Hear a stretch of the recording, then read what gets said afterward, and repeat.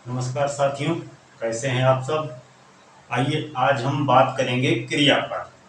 कल का वीडियो जिन लोगों ने नहीं देखा है वो जाकर के पहले पिछला वीडियो देख लें, क्योंकि एक सीरियल से मेरा पूरा ग्रामर चल रहा है हिंदी का, जो हर एग्जाम की दृष्टि से काफ़ी महत्वपूर्ण है। और लगभग लगभग हर परीक्षाओं में इस समय क्या होता है, जितने भी एग्जाम हो रहे हैं हिंदी का वेटेज ज़्यादा है, इसीलिए हिंदी हर एग्जामों में आती है। तो सभी बच्चों के लिए, सभी परीक्षार्थियों के लिए हिंदी बहुत ही जरूरी है। तो आप सभी एक क्लास देख सकते हैं। आज हम बात करेंगे क्रिया की। क्रिया पे जो प्रश्न आते हैं, कैसे आते हैं, हम उस पर भी चर्चा करेंगे। क्रिया में जो प्रश्न बनाए जाते हैं उसको हम समझेंगे कैसे, कौन सी क्रिया है।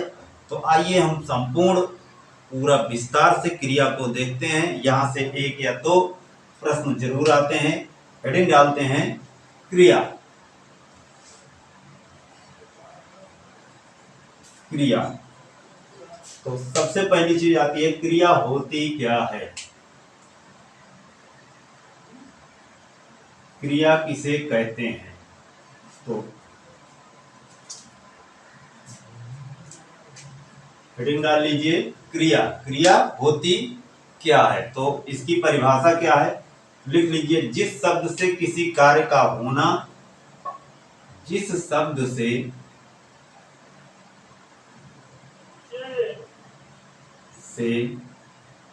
किसी कार्य का होना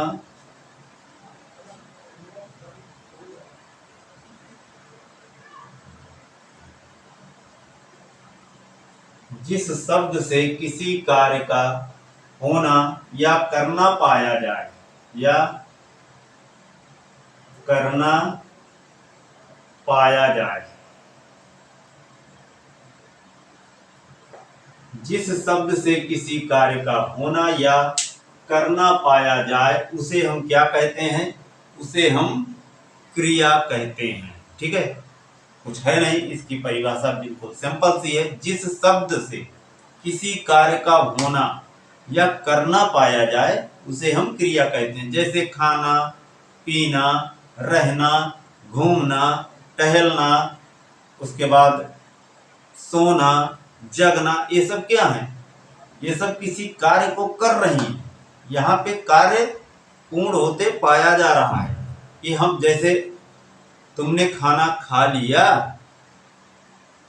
या सीता ने खाना बनाया, राम ने खाना खाया, ठीक है, राधा सो गई।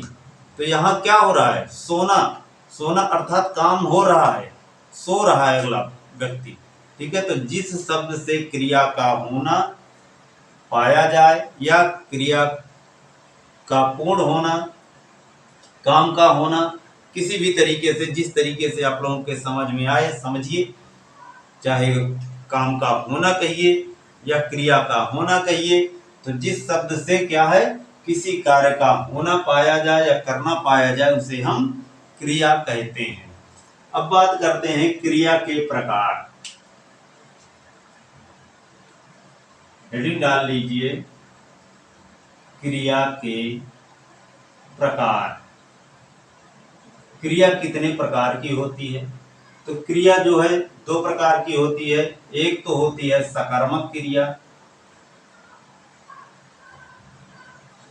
होती है सकारात्मक क्रिया, और एक होती है अकर्मक क्रिया।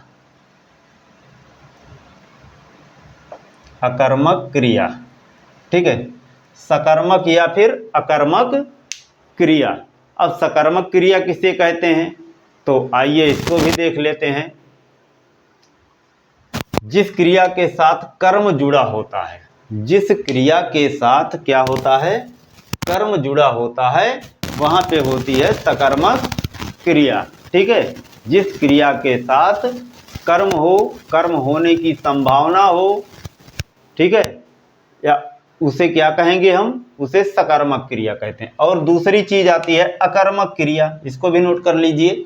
अकर्मक क्रिया, जिस क्रिया के साथ कर्म का न होना पाया जाए उसे हम क्या कहेंगे, अकर्मक क्रिया कहेंगे। ठीक है, जिस शब्द के साथ, कर्म का होना पाया जाए। यहाँ पे क्या होता है, यहाँ कर्म होगा और यहाँ पे कर्म नहीं होगा, बस इतना सा। ठीक है, सकर्मक में कर्म होगा, अकर्मक में कर्म नहीं होगा। तो ये क्रिया होती है दो प्रकार की। ठीक है, अब जैसे सकर्मक क्रिया का उदाहरण ले लेते हैं कोई, तो राम फल खाता है, राम फल खाता है। ठीक है, तो यहाँ पे क्या है, सकर्मक क्रिया है। ठीक, क्यों है कि खाना क्रिया के साथ कर्म लगा हुआ है। जो फल खा रहा है वो क्या खाता है, फल खाता है, तो खाना क्रिया के साथ कर्म लगा हुआ है। और अकर्मक क्रिया का उदाहरण अगर हम देखते हैं तो राधा रोती है, सीता सोती है, मीना गाती है, ये सब क्या है, अकर्मक क्रिया। यहाँ पे क्या है, कर्म नहीं लगा है।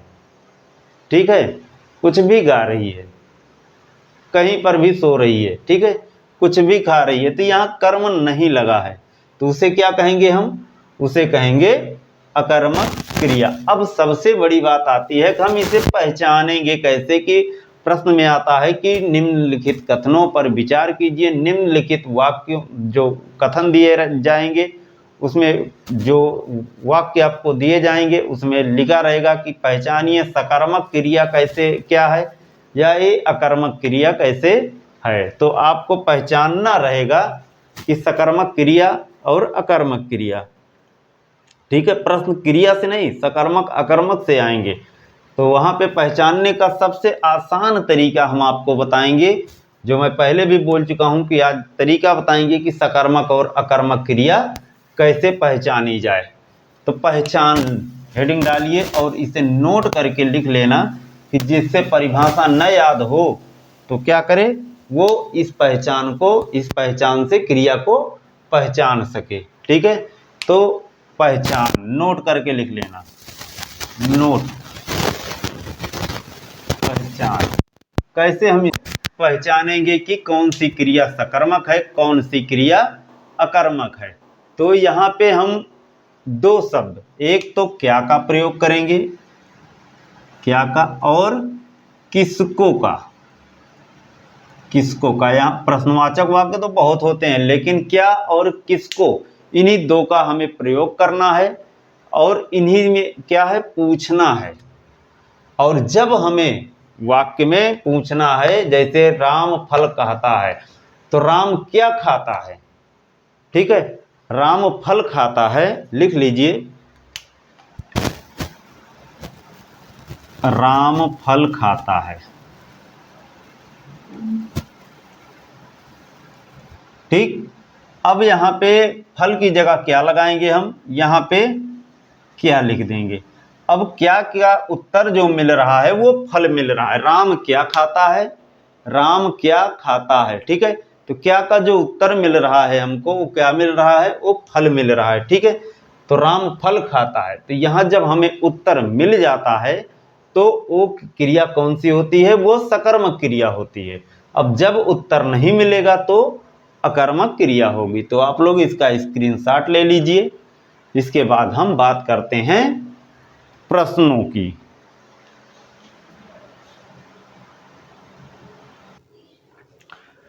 प्रश्न है हमारा,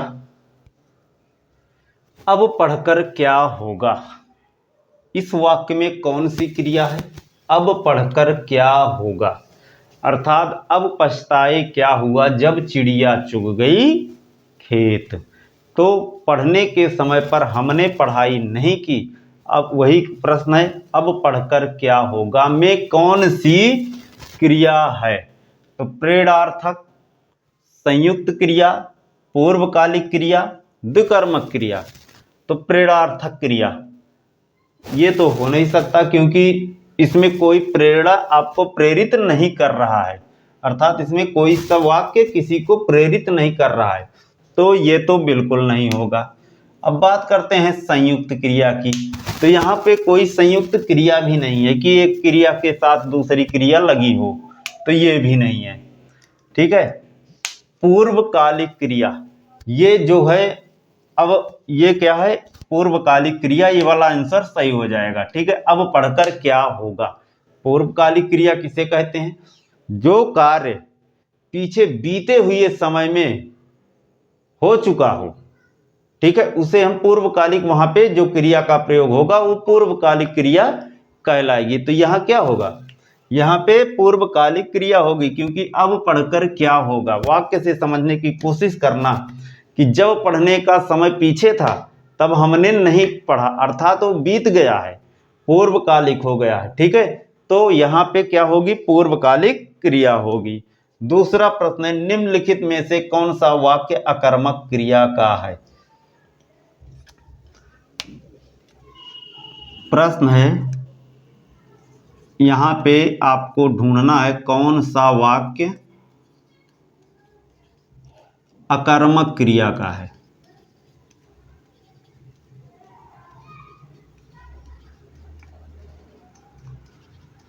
पहला वाक्य है हमारा, पहला वाक्य है, रमेश ने सुरेश को पुस्तक दी।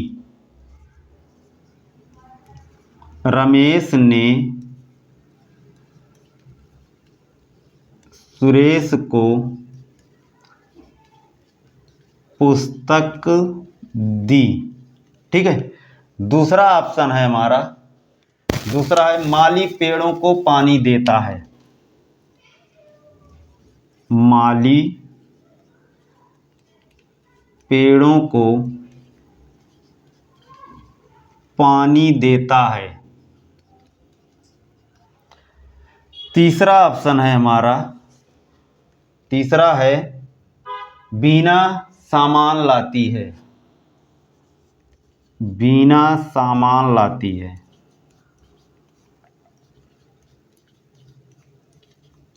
ऑप्शन नंबर चौथा है, चौथा ऑप्शन है, बच्चा जोर से रोया।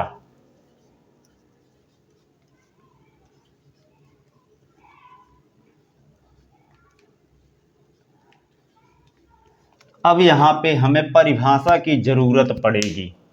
ठीक है, इस वाले पर कौन सा वाक्य अकर्मक क्रिया का है, तो यहाँ पे हमें परिभाषा की जरूरत पड़ेगी।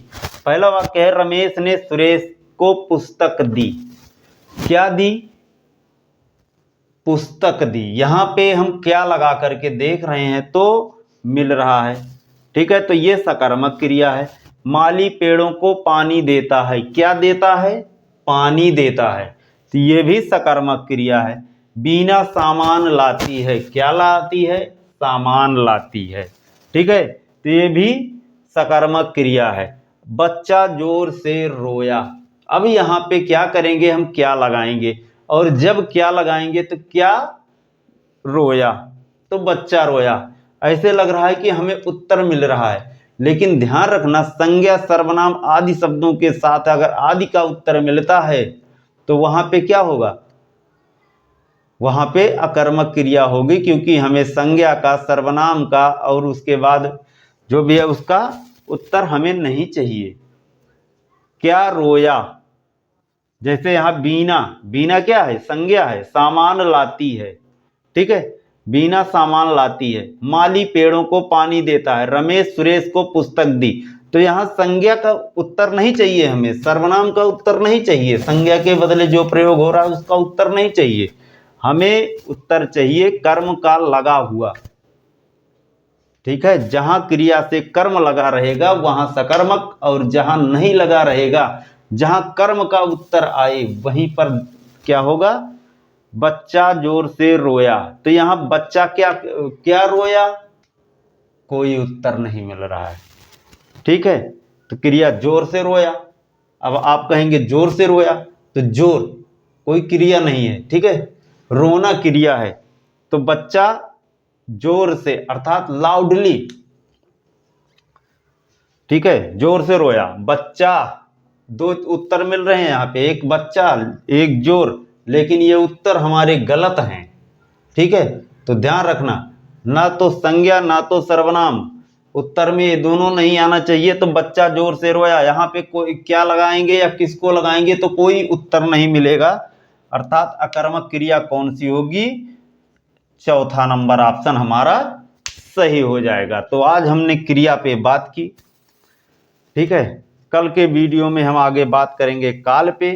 काल के बाद धीरे धीरे इसी तरीके वाच्य, फिर आ जाएंगे अपने जो जहां से हमारे हिंदी का वेटेज जाता है वहां से। लेकिन कहीं से भी आप कमजोर मत होइए। एक प्रश्न आपकी मेरिट को बना सकता है, एक प्रश्न आपकी मेरिट को बिगाड़ सकता है, ठीक है।